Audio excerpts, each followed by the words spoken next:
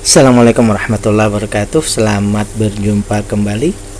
Setelah beberapa lama kita tidak melakukan pembahasan resume fundamental saham ya, karena disebabkan banyak kesibukan dari pekerjaan utama ya.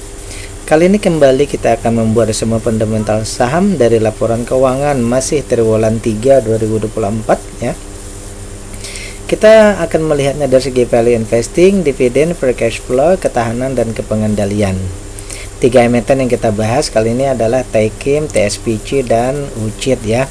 Ketiganya ini kalau menurut pandangan kita pribadi bahwa mereka memenuhi kriteria awal pembahasan kita ya. Kemudian analisa kita ini adalah seperti biasa sebagai bahan pertimbangan tambahan, bukan perintah untuk melakukan aksi beli atau jual. Karena setiap investor itu punya cara masing-masing, sehingga ini lebih kepada edukasi atau bahan pertimbangan saja ya. Pada titik akhir kita ingin mendapatkan saham yang berada dalam kondisi ada MOS-nya, ada diskon, kemudian ada proyeksi untuk bisa mendapatkan bagger, dan juga kita mendapatkan dividen pada saat kita menunggu saham itu sampai ada momentumnya ya. Baik, pembahasan kita tadi adalah Taikim, TSPC, dan UCIT ya. Jika Anda mendapati bahwa pembahasan kita ini bermanfaat, jangan lupa untuk klik like, subscribe, dan share. Dan jika Anda ingin berkontribusi terhadap pembahasan kita, silahkan ditransfer ke nomor rekening yang tersedia ya. Yang pertama ini Taikim, pabrik kertas Ciwi Kimia ya.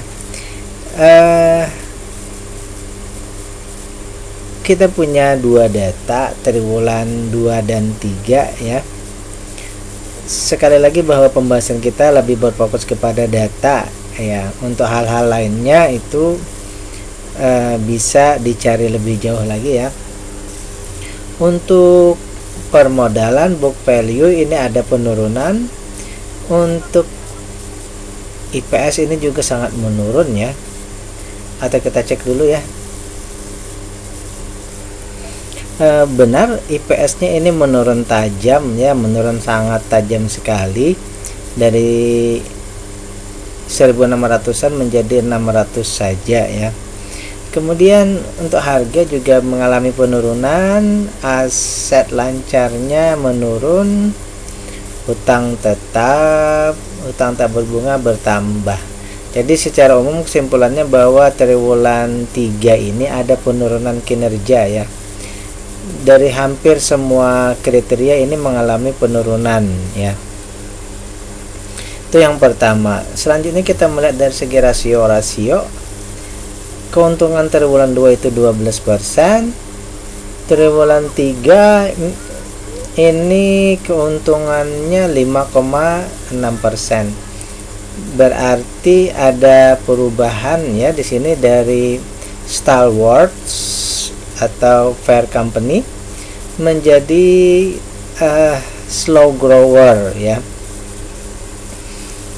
Itu yang pertama. Yang kedua, dari segi data ya, bahwa harga sekarang dibandingkan dengan nilai bukunya itu kita punya 47% dari harga sekarang menuju nilai bukunya ya. Berarti termasuk besar, hampir 50% ya. Dan kalau kita targetkan ke PBV 2,5, maka kita punya 373%. Berarti di sini ada potensi untuk bagger ya. Jadi di sini slow grower tadi ya. Slow grower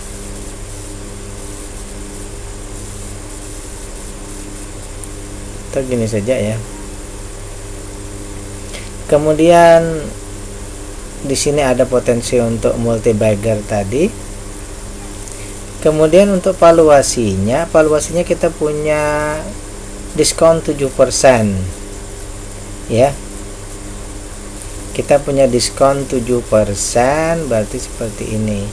Jadi untuk valuasinya di sini kita punya diskon 77% kalau membeli sekarang, dan proyeksi kita ada potensi untuk multi bagger.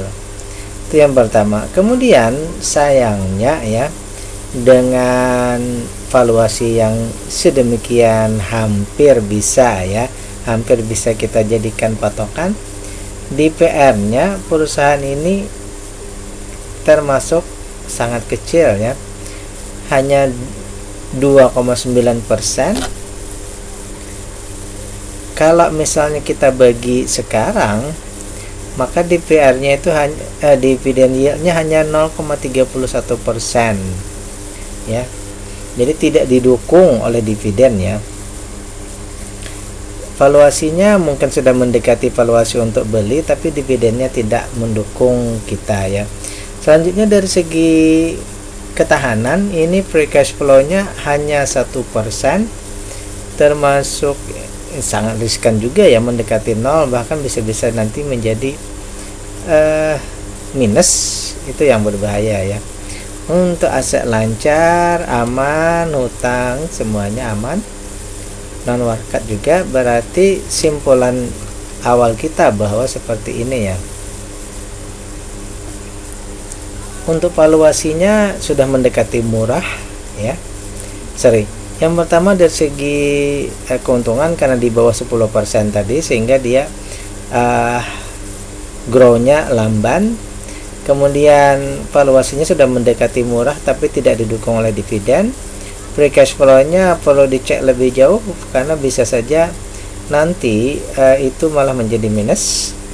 Ketahanan lainnya aman. Jadi simpulan awal kita untuk perusahaan ini ya, opini akhir kita untuk perusahaan ini ya, jelas pertama kita menunggu IPS-nya meningkat ya. Kemudian di sini valuasinya, kalau untuk valuasi mungkin kita menunggu ke murah berarti ya, karena dia keuntungannya kecil tadi, berarti tentu saja kita menunggu valuasinya menjadi murah, dan nanti dividennya ini membaik. Jadi 4 ya, 4 hal yang kita tunggu di sini. IPS, 3 ya, IPS, harga, dan DPR-nya nanti membaik. Bila kita mendapatkan itu di triwulan berikutnya, maka kita bisa mempertimbangkan lagi untuk masuk. Tapi istilahnya tetap kita pantau terus perkembangan dari TKIM tadi ya. Yang berikutnya ini kita akan membahas TSPC ya, Temposcan Pacific. Mereka juga TSPC ini juga memenuhi kriteria ya. Semua kriteria awal sudah memenuhi. Tadi kita lupa ada satu hal. Kita ingin mengecek dulu apakah ada berita terbaru ya. TSPC emiten, apakah ada berita yang berupa corporate action ya, bergerak di bidang apa? Sudah jelas Temposcan Pacific ini bergerak di bidang obat-obatan ya, farmasi ya. Kita cuma cek apakah ada berita yang pertama ya. Harga analisis tidak ada. Sini ada, tapi Juli 2024 nih. Entitas TSPC akuisisi 80% saham saham TSI. Ini berarti ada corporate action ya. Ini di triwulan 3 berarti ya. Baik, ada corporate action yang kita anggap saja bagus, karena mungkin menambah nanti IPS kita ya. Selanjutnya kita akan cek juga di sini ada tanda tanya besar, induk terus buyback saham TSPC. Berarti ada Juni ya. Ada kabar bagus juga ya. Pengendalinya membeli saham TSPC plus juga ada akuisisi ya. Ini mungkin kalau menurut saya pribadi saling mendukung ya. Baik, kita cek di berita itu yang tadi ya. Sekarang kita cek di berita beda saham cum dividen 1 minggu yang lalu ya, berarti di sini TSPC membagikan dividen ya. Penjualan neto 9 triliun, cetak laba 1, triliun. Penjualan 9, labanya 1, berarti 10% ya. TSPC salurkan dividen Rp112. Oke.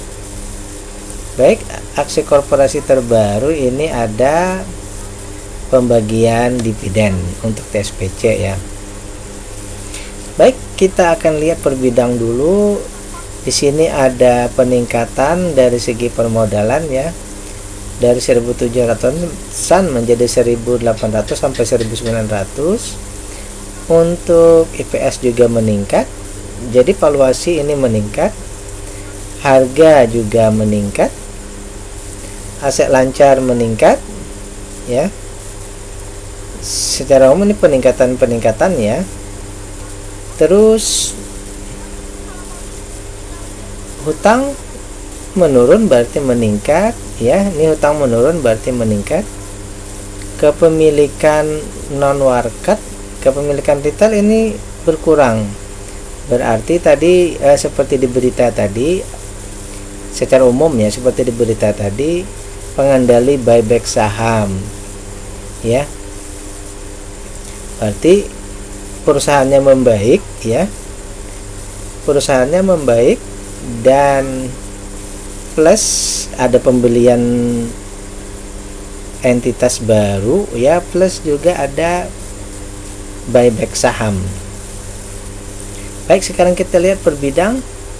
Triwulan 1 untungnya 12%, triwulan 2 15, triwulan 3 15. Ini termasuk kategori fast grower, perusahaannya untung besar ya, pertumbuhan perusahaannya cepat ya. Oke, fast grower, sorry susah ini kliknya gimana ya. Oke, kita maunya hijau ya, coba dulu.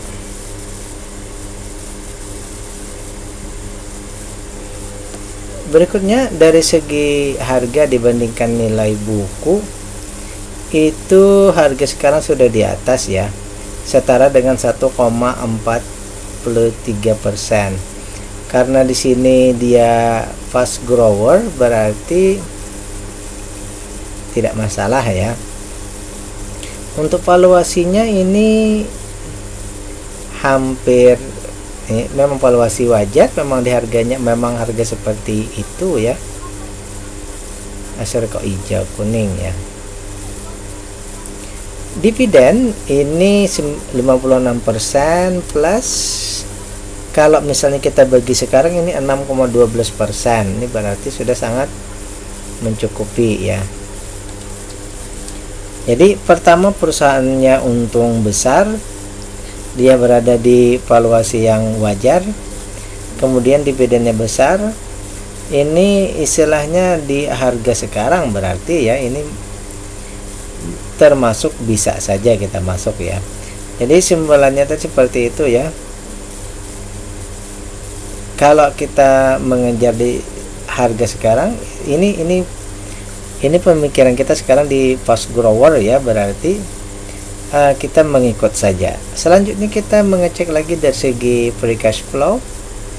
Ini 13% aman, aset lancar aman, utang tadi aman semua ya. Hanya saja sahamnya ini 12%.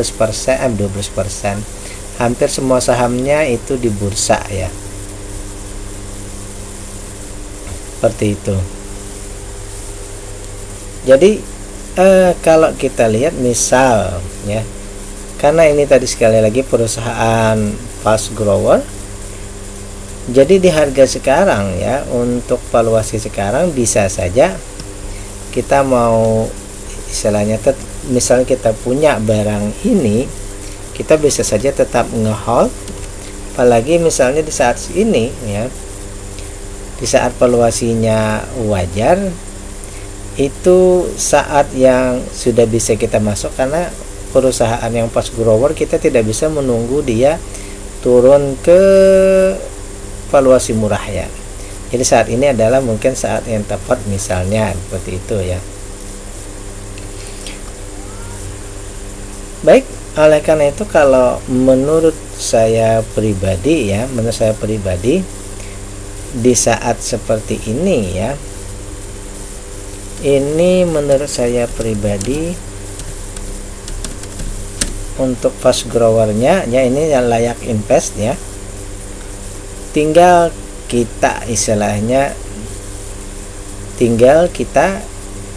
mengecek lagi apakah perusahaan ini memenuhi kriteria GCG yang baik atau tidak ya. Tahu kalau bagi kita yang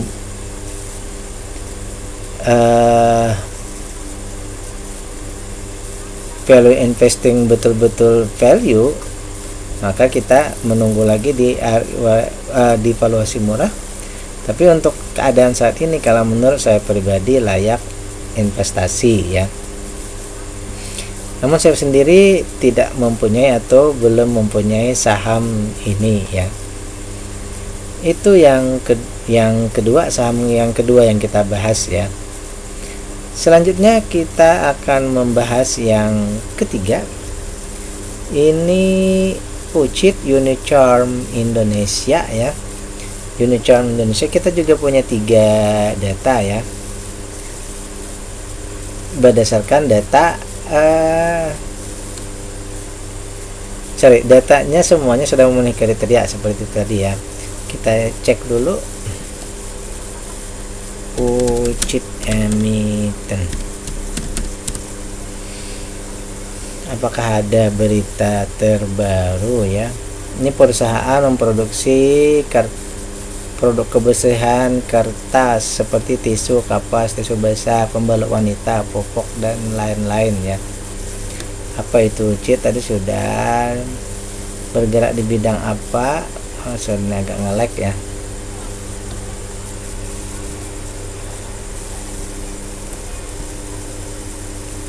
Tingkatkan produksi, Unicharm beli mesin induk. Ini berarti penambahan ya, 28 Juni. Pembelian mesin dengan Unicharm Corporation. Jadi membeli ini transaksi afiliasi ya, tapi afiliasinya dengan induknya. Oke. Tabur dividen 30 Mei ini udah lewat ya. 6 November ini apa ya? 26 November sejarah saham UCIT belum ada juga ya. Volatilitas transaksi manajemen UCIT sampaikan 24 Agustus ada volatilitas transaksi.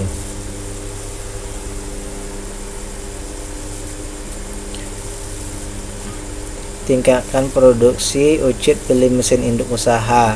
Berarti nanti di sini ada berarti pertambahan produksi berarti ya. Meningkatkan, jadi berarti ini ada kemungkinan peningkatan dari produksi, berarti laba juga meningkat. Kemungkinan EPS juga meningkat nanti ya.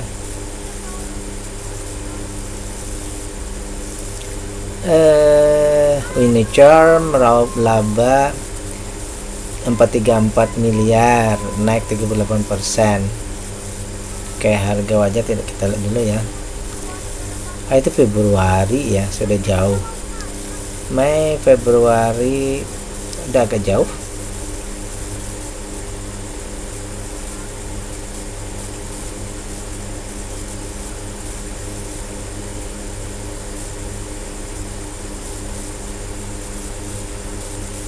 Baik, kita lanjut lagi ke pembahasan ya.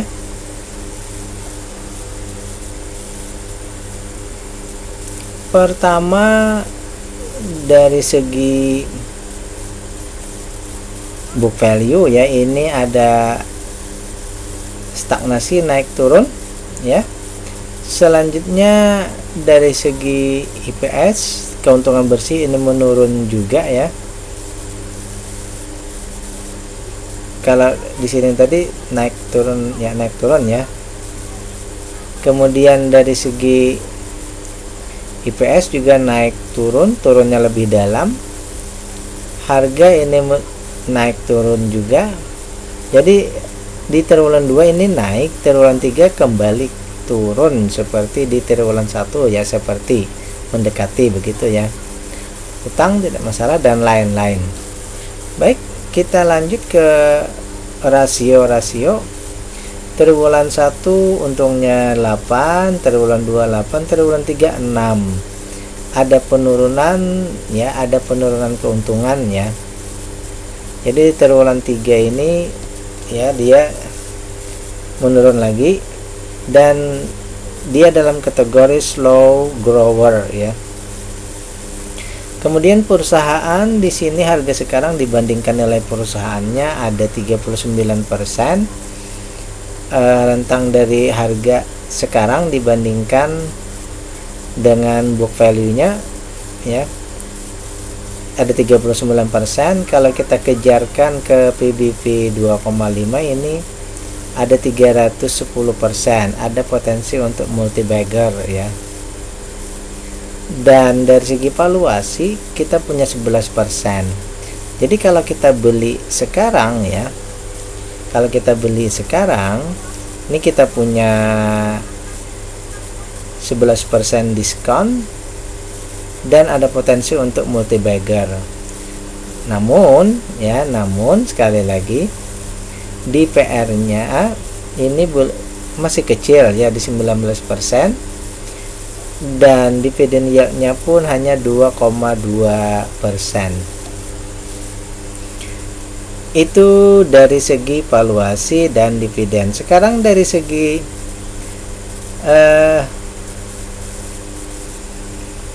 ketahanan, ini free cash flow-nya 16%, cash-nya oke, semua oke ya. Termasuk pengendalinya pun tidak menjual saham mereka. Jadi dapat disimpulkan bahwa untuk ketahanan perusahaan ini sangat bagus, tidak ada masalah. Perusahaannya sangat mampu untuk bertahan ya. Hanya dari valuasi saja, yang valuasinya dari valuasi tadi keuntungan bersihnya ini yang kecil ya, di bawah 10%. Sehingga nanti kalau dari segi keuntungan bersih di bawah 10%, sehingga tentu saja valuasi wajar ini ya kita harus menunggu ke valuasi murah ya. Oleh karena itu kita ambil kesimpulan opini kita ya, kesimpulan kita atau opini final kita terhadap perusahaan ini adalah yang pertama ya, kita melihat dulu IPS-nya harus meningkat ya. Meningkat menjadi ke stalwarts atau minimal stalwarts ataupun fast grower. Kemudian ya, karena dia itu misalnya stalwarts atau slow grower, tentu saja valuasi yang kita harapkan nanti valuasinya menjadi murah, berarti harganya turun lagi ya. Dan terakhir dividennya, DPR-nya meningkat. 3 hal yang kita tunggu ya. Tadi sekali lagi, pertama IPS-nya meningkat sehingga nanti dia meningkat dari slow grower menjadi paling tidak stalwarts, kemudian valuasinya yang wajar menjadi murah, plus DPR-nya meningkat. Oleh karena itu di triwulan-triwulan berikutnya concern kita, perhatian kita tentu saja tertuju kepada perbaikan IPS, harga, dan DPR. Oke, demikian 3 pembahasan kita ya, yaitu Tekim, TSPC, dan UCIT. Sekali lagi, ini bukan perintah untuk melakukan aksi beli atau jual. Ini adalah edukasi. Segala hal hendaknya bagi investor lain melakukan analisa sendiri. Billahi taufiq wal hidayah. Assalamualaikum warahmatullahi wabarakatuh.